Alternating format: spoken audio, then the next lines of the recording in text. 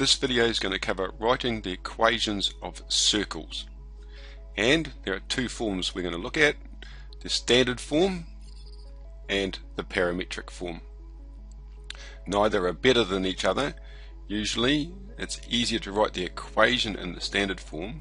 Sometimes it's easier to solve any problems in the parametric form. Both forms can have a shift where the center of the circle is not at the origin. I've labeled them A for the X shift here and B for the Y shift.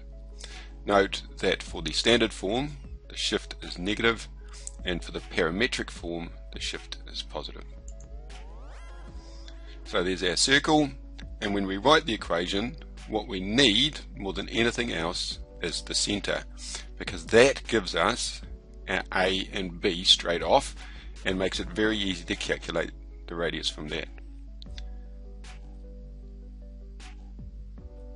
You'll note that I've written the equation of the circle form with r squared.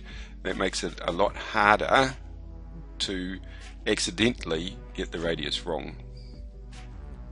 There's our A shift, there's our B shift. So from this circle, if we have the center, everything else falls into place. And here's an example.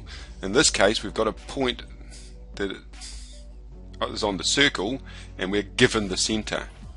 So from that we can take our standard form and we can immediately write the shifted version, shifted 2 in the X direction and 5 in the Y direction.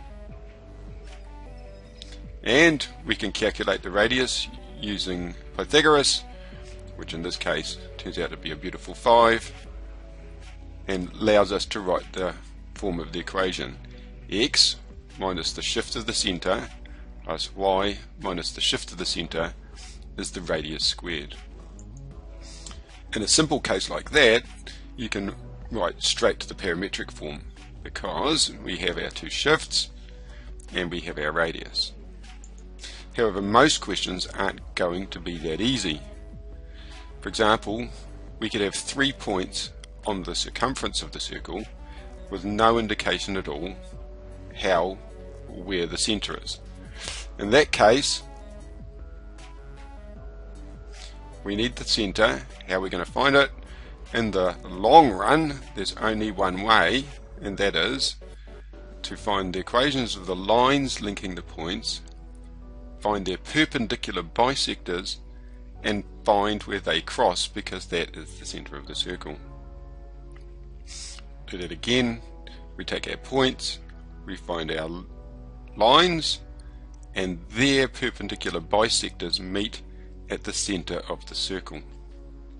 From there, the rest falls into place. We have our X and Y shift, and we can calculate our radius. However, usually you won't be given one that's quite that hard.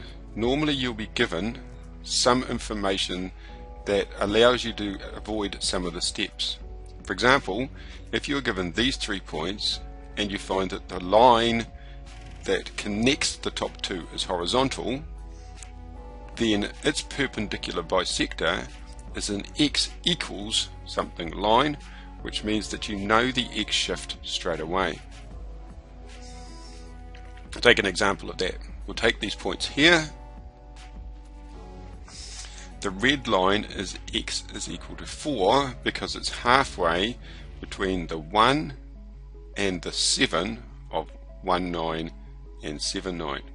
That's x is equal to 4, and we know therefore that our center is on x is equal to 4. That means I can write the X shift in my equation straight off. Now I take 2 of the points on the line, making sure they aren't the 2 that are on the horizontal line. Take 1, 9, 8, 2, and I can substitute them into my equation. There's the first one, there's the second one. Now I have 2 equations with 2 unknowns, B and R.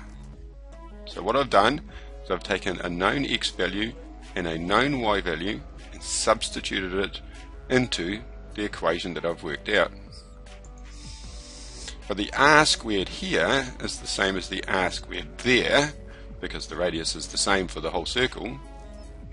So we can write that this equation is equal to this equation, and we can solve that. Go to algebra, and we get that b is equal to 5.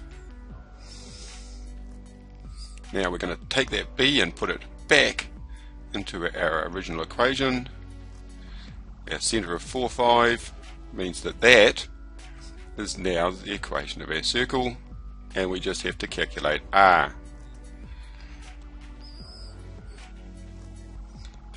So we've calculated r is 25, which allows us to write the equation of the circle, and we can also write the parametric form. 4 across, 5 up, and a radius of 5.